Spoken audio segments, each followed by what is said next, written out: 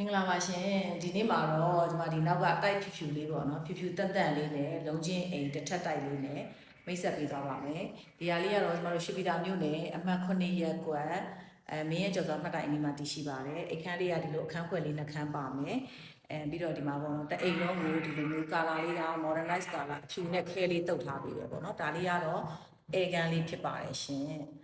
အဲ့တော့ကျွန်မတအိမ်လုံးကိုလိုက်ပြီးတော့ပြပေးသွားပါမယ်ဒါလေးကတော့အိမ်ရဲ့မျက်နှာစာလေးပေါ့နော်ပေ20 60မြေပေါ်မှာတစ်ထပ်တိုက်လေးပါမှာဖြစ်ပါတယ်သူကရေမီးအသင့်နေလေးပေါ့နော်ရေမီးတင်နေလေးခြံထဲမှာကားရက်မယ်ဆိုလို့ရှိရင်လည်းကားတစ်စီးရန်နာနိုင်မှာဖြစ်ပါတယ်တကားပေါက်ကိုလည်းဒီလိုမျိုးကားဝင်ထွက်ဖို့နဲ့ဒီမှာဒီဘက်ကဆိုလို့ရှိရင်လူဝင်ထွက်ဖို့အတွက်ကိုနှစ်ပေါက်ထားပြီးထားတာတွေ့ရမယ်ပေါ့နော်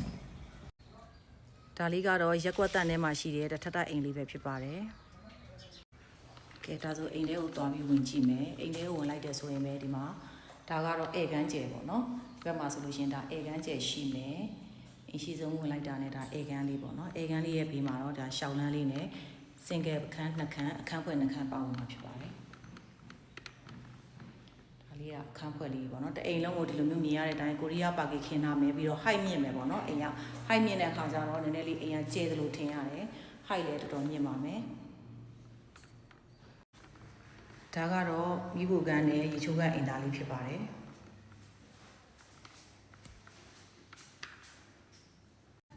ဒါလေးကတော့အိမ်နောက်ဖက်လေးပေါ့နော်ခုပြသွားပေးတဲ့အိမ်လေးကတော့ကျမတို့ရွှေပြည်သာမြို့နယ်အမှတ်9ရပ်ကွက်မင်းရဲ့ကျော်စွာမှတ်တိုင်ကြီးမှာတည်ရှိပါတယ်ပေ20 60မြေပေါ်မှာတထပ်တအိမ်လေးပါဝင်မှာဖြစ်ပါတယ်လမ်းကလုံးဝရေမတက်တဲ့လမ်းရက်ကွက်တန်တက်မှာရမှာဖြစ်ပါတယ်စတောင်းတန်မိုးလေးကတော့သူကကျပ်သိန်း2680မှာညှိနှိုင်းစေးနဲ့ရောင်းချပေးတော့မှာဖြစ်ပါတယ်စာရွက်စာတမ်းက260ခရမ်းမြေမျိုးစားဖြစ်ပါမယ်စိတ်ဝင်စားတဲ့အောင်မဟာရဲ့အဝယ်တော်လေးဖုန်းလေးကျဆက်ပြီးတော့လာပေးဖို့ဖိတ်ခေါ်ပေးလိုက်ပါတယ်ရှင်ကျေးဇူးတင်ပါတယ်တတားပါ